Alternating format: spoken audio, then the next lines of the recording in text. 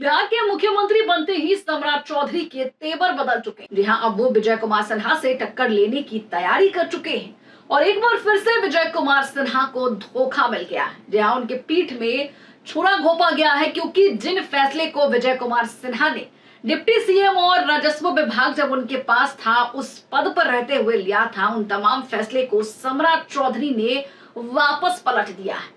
हम आपको सब कुछ बताएंगे विस्तार से इस रिपोर्ट में, और ये भी बताएंगे कि कैसे अब विजय कुमार सिन्हा अकेले हो चुके हैं। उनके करीबी नेता ने ही उनके साथ दगा कर दिया है। नमस्कार, मैं हूं शालिनी सिंह और आप देख रहे हैं क्यूरियस शालिनी।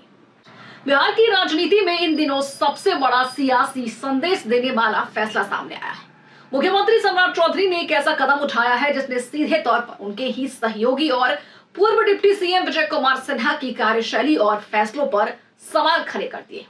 दरअसल मामला उन 224 राजस्व कर्मचारियों का, जिन्हें विजय कुमार सिन्हा ने राजस्व मंत्री रहते हुए सस्पेंड कर दिया गया था। ये कर्मचारी पिछले 2.5 महीनों से निलंबन झेल रहे थे, लेकिन अब सम्राट चौधरी की सरकार ने एक झटके में इन सभी का सस्पेंशन वापस लेने का आदेश जारी कर दिया है। बता दें कि राजस्व एवं भूमि सुधार विभाग की ओर से अपर सचिव महेंद्र पाल ने सभी जिले के डीएम को पत्र में साफ साफ निर्देश दिया है कि 11 फरवरी से 19 अप्रैल के बीच जिन कर्मचारियों को सस्पेंड किया गया था, उन्हें तत्काल प्रभाव से बहाल किया जाए। यह फैसला केवल प्रशासनिक नहीं बल्कि राजनीतिक संकेतों से भी भरा हुआ माना जा रहा है। दरअसल ये विवाद तब शुरू हुआ जब बिहार के हजारों राजस्व कर्मचारी अपनी मांगों को लेकर हड़ताल पर चले गए थे और 11 फरवरी से शुरू हुई इस हड़ताल में करीब 3500 कर्मचारी शामिल थे, जबकि 9 मार्च से लगभग 1100 अंचल अधिकारी भी इसमें शामिल हो गए। नतीजा ये हुआ कि राज्य में 537 अंचलों में कामकाज पूरी तरीके से ठप हो गया। हर दिन हजारों की संख्या में म्यूटेशन और परिमार्जन के आवेदन पेंडिंग होने लगे। आंकड़ों की बात करें तो करीब 40 लाख से ज्यादा मामले लटक गए। अब इससे सरकार की छवि पर असर पड़ने लगा और राजस्व वसूली भी बुरी तरीके से प्रभावित हुई। इसी दौरान तत्कालीन राजस्व मंत्री विजय कुमार सिन्हा ने सख्त रुख अपनाते हुए 224 कर्मचारी और 47 अंचल अधिकारी को सस्पेंड कर दिया गया। उनके खिलाफ आरोप लगाए गए कि उन्होंने सरकारी आदेशों की अवहेलना की, काम में लापरवाही बरती। ये भी कहा गया है कि इन अधिकारियों की वजह से राजस्व संग्रह के लक्ष्य पूरे नहीं हो पाए और कई जगहों पर अतिक्रमण हटाने जैसी कार्य में भी ढिलाई बरती गई। यहाँ तक कि जनगणना 2027 की तैयारियों में भी बाधा डालने का आरोप लगाया गया।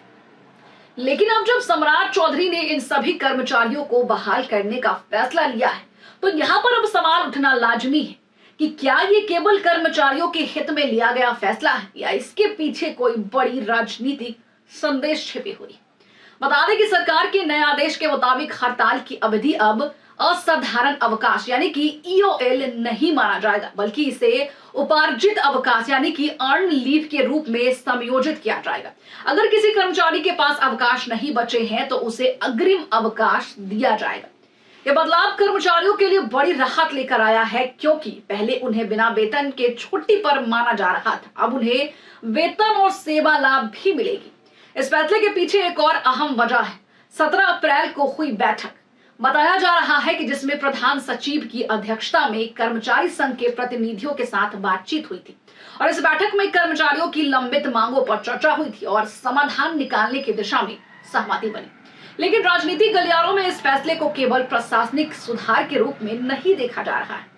हाल ही में विजय कुमार सिन्हा की सुरक्षा Z+ से घटाकर Z कर दी गई। अब उनके द्वारा लिए गए बड़े फैसले को पलट देना दोनों नेताओं के बीच बढ़ती दूरी का संकेत माना जा रहा है। बात करें कर्मचारियों की मांग की, तो कर्मचारियों की मांग जो है वो लंबे समय से कई मुद्दों को लेकर आंदोलन कर रहे थे। इनमें वेतन ग्रेड पे 1900 से बढ़ाकर 2800 करना, पदनाम बदलकर सहायक राजस्व अधिकारी करना, प्रमोशन में पारदर्शिता और पुरानी पेंशन योजना की बहाली जैसी कई मांग शामिल थी।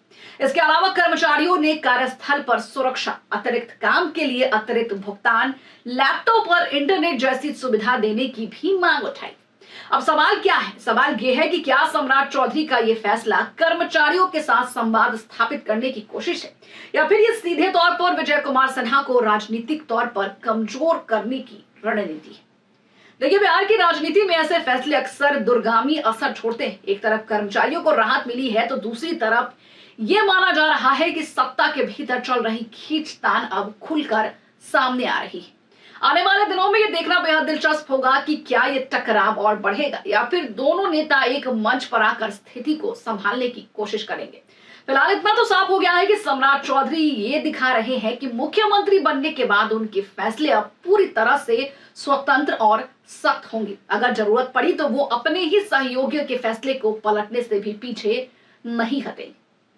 लेकिन जैसे ही ये खबर सोशल मीडिया पर तेजी से आ रही है, अब लोग सीधे सीधे यही कह रहे हैं कि पहले सम्राट चौधरी को बिहार का मुख्यमंत्री बनाया गया, विजय कुमार सिन्हा को डिप्टी सीएम के पद से भी हटाया गया और अब सम्राट चौधरी जो कि कई वर्षों से उनके साथ काम कर रहे थे, पूर्व डिप्टी सीएम थे, दोनों उनके सहयोगी थे और वो अब उनके फैसले को पलट रहे हैं।